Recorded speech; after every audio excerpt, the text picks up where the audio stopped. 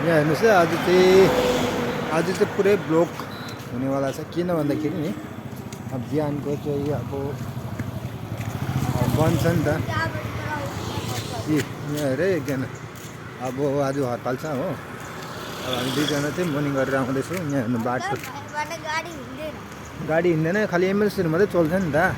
MLC गाडी त चल्नु पऱ्यो नि त, नभए चाहिँ हस्पिटल जाने कता कता जाने। त्यसले गर्दा किनकि बिहान 6 बजेदेखि बेलुका 6 बजीसम्म चाहिँ हडताल हो हजुर होइन। यहाँ फाइनल तपाईँ देख्नु कोही गाडी मात्रै चल्दैन, कोही गाडी मात्रै चल्दैछ। यहाँ हेर्नुहोस् र अब के हो त्यो त मलाई थाहा भएन होइन। अब तपाईँलाई चाहिँ के भन्नु, आज छुट्टी छ यहाँ मर्निङबाट हामी चाहिँ फर्किनेछौँ है।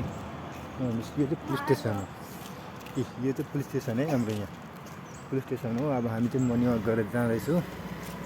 बिहानको चाहिँ अब 6 बजी छ अन्त बिहान चाहिँ 6 बजी छ होइन।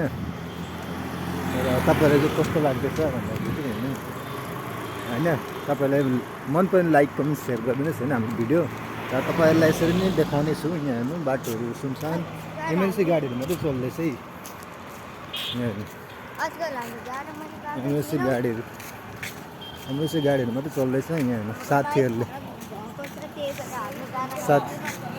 साथीहरू चाहिँ यता छ नि त, यो केटीहरू अहिले लास्ट गाडी छ यहाँ। अब बिहानखेरि चाहिँ एउटा गाडी आएको छ है।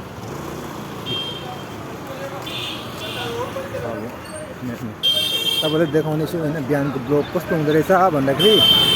अब बिहानको ब्लक चाहिँ अब एमएलसी गाडीहरूमै चल्छ। यहाँ चाहिँ बिहानको चाहिँ एमएलसी गाडीहरूमै चल्दैछ। यहाँ हेर्नु चाहिँ सबै पुरा बन्द गाडीहरू एमएलसी जस्तो कि हस्पिटल केस भयो त्यसरी मात्रै चल्दैछ अब होइन। अरू चाहिँ के भन्नु, तपाईँलाई मन पर्ने लाइक कमेन्ट सेयर गरिदिनुहोस् होइन। र यहाँ के भन्नु छ भनिदिहाल